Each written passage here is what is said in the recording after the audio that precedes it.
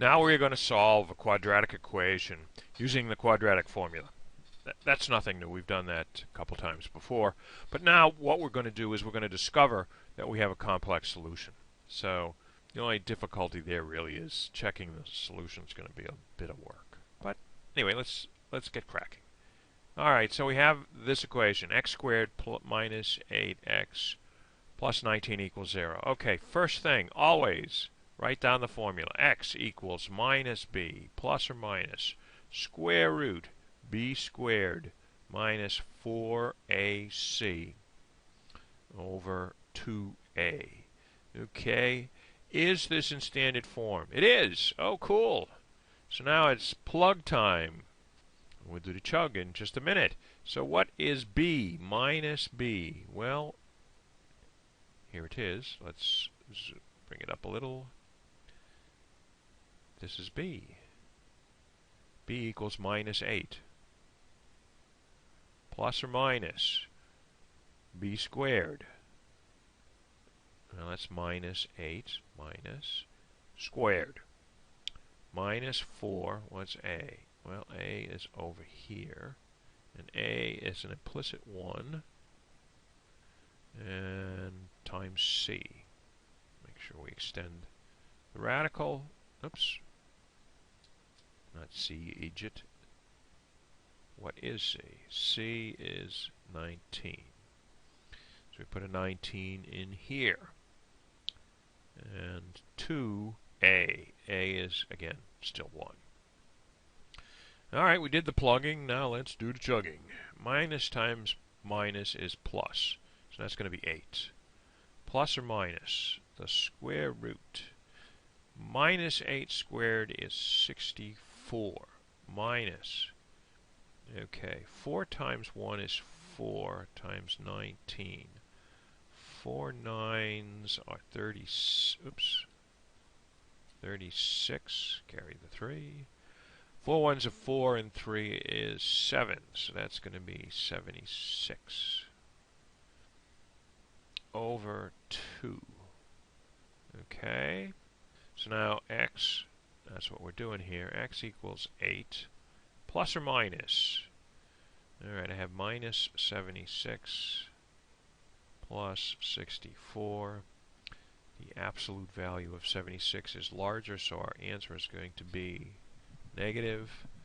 6 minus 2 is 2. 7 minus 6 is 1. So our answer is minus 12. So we get the square root of minus 12. Very interesting. Okay, what's the square root of minus 12? Minus 12. There we go. Minus 12. Well, minus 12 is an imaginary number, but we can write it as the factor of 12 times minus 1. And by definition, that's the square root of 12i, where I is defined as the square root of minus 1. It is the imaginary number that is at the base of all complex numbers. Okay, well, it turns out we have a factor in here that's a perfect square. We can get that out. Perfect square, of course, is going to be 4 times 3 is 12. And of course, the I comes along for the ride. The square root of 4 is 2. Square root of 3i. So, x is 8 plus or minus 2 times square root of 3 times I. All that over 2. And we can break that out. And we get x equals 8 plus 2 square root of 3i, or 8 minus, oh no, made a big error. Error. Forgot the 2. Silly rabbit. Okay. I'm making a lot of errors in this production here. Okay, divide by 2. That's better. Whew. Again, you have to be very careful doing calculations here. So that's 4. So x equals 4 plus or minus. Oh, that's nice. That cancels. So I get 3 radical I. So I have two solutions. X equals 4 plus 3. I'm sorry, plus square root of 3 radical I. And I have 4 minus the square root of 3 radical I. And again, notice that our two solutions are complex conjugates. So that's reassuring because we know they have to be complex conjugates. All right, now comes the kind of tough part. Let's do the checking. Check this equation. We have to plug in one of the answers. So let's check for the first solution, which is x equals 4 plus square root of 3i. Okay, so what do we have? Let's look at the equation. That means we're going to get 4 plus the square root of 3i squared, right? That's this term. Minus 8 times 4 plus the square root of 3i. That's that term. Plus 19 equals bupkis. Well, does it equal bupkis? Does it equal 0? Let's see. Well, first thing we got to do is deal with this. 4 plus the square root of 3i squared is the same as 4 plus the square root of 3i times itself. So let's multiply both of these terms. And what do we get? I times I is I squared. Square root of 3 times the square root of 3 is the square root of 3 squared, which is just 3, and it's a plus. Square root of 3i times 4 is just 4 times the square root of 3i. And likewise, same thing. 4 times the square root of 3i, 4 times 4, and that was a plus. It's going to be 16. So we have 16 plus 8 square root of 3i plus 3i squared. That's plus 3i squared is minus 1, right? By definition, I equals the square root of minus 1. So if I square I get the square root, I get minus 1. I get the square of the square root of minus 1, which is just minus 1. Anyway, so that's going to be equal to 16 plus 8 times the square root of 3i minus 3. 16 minus 3 is 13 plus 8 cube root of 3i. A lot of work here. So the question now becomes 13 plus 8 cube root of 3i, that's this whole term, minus, all right, 4 eighths of 32. Now we have 8 times this, which is just minus 8 times the square root of 3i plus 19. Okie dokie. Oh, nice. This cancels this. They are opposite numbers.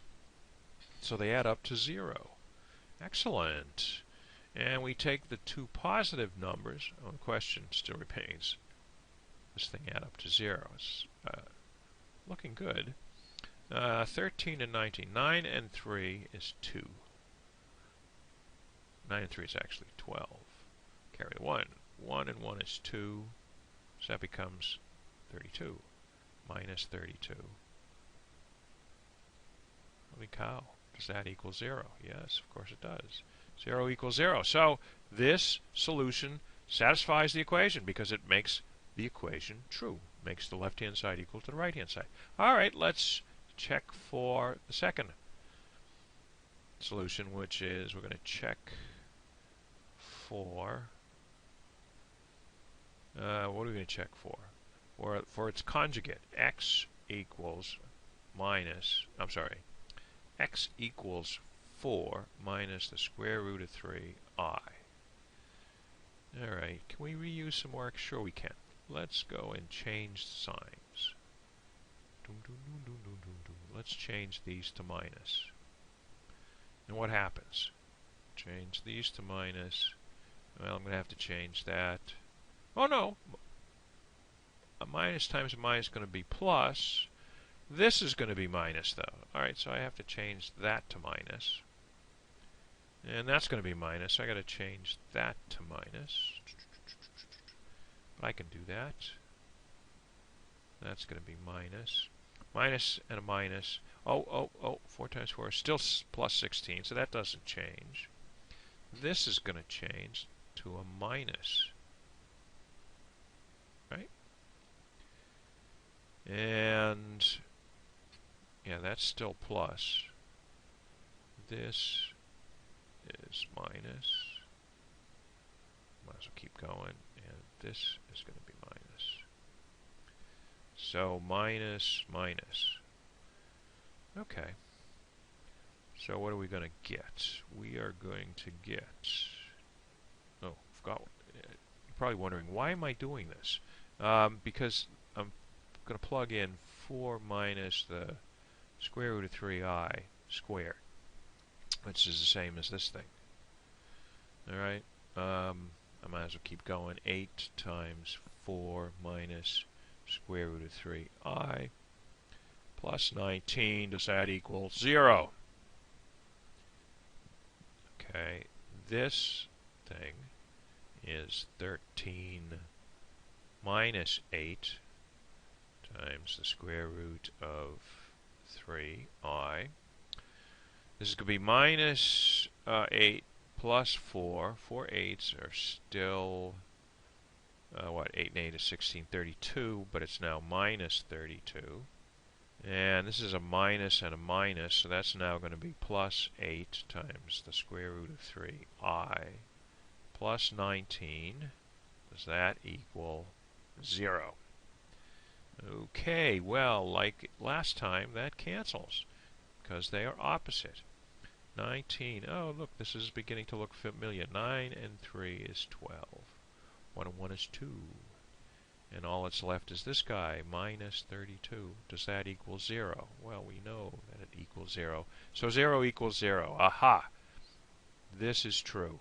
Since this is true when we plug in that, that's x equals, that solution, x equals 4 minus the square root of 3 times I is in fact a solution. So both solutions check out. Next time, we are going to look at the 3 cases that we did. Remember, we did one problem where we had 2 distinct solutions, and they were both real numbers. We had another problem in the last video where we had 1 distinct solution, and in this video, you'll notice we had 2 solutions, but both of them were complex. Not only were they both complex, they were complex conjugates. Let's, in the next video, we're going to examine that property a little more closely. And then pretty much we're done with quadratic equations, and oh, by the way, that's the last new topic of the semester, because after that we're going to talk about applications of the quadratic, but that's just using the quadratic equation to solve word problems. It's nothing new. So this is the last new thing that you're going to have to learn in our next lecture. Look forward to seeing you then. Bye now.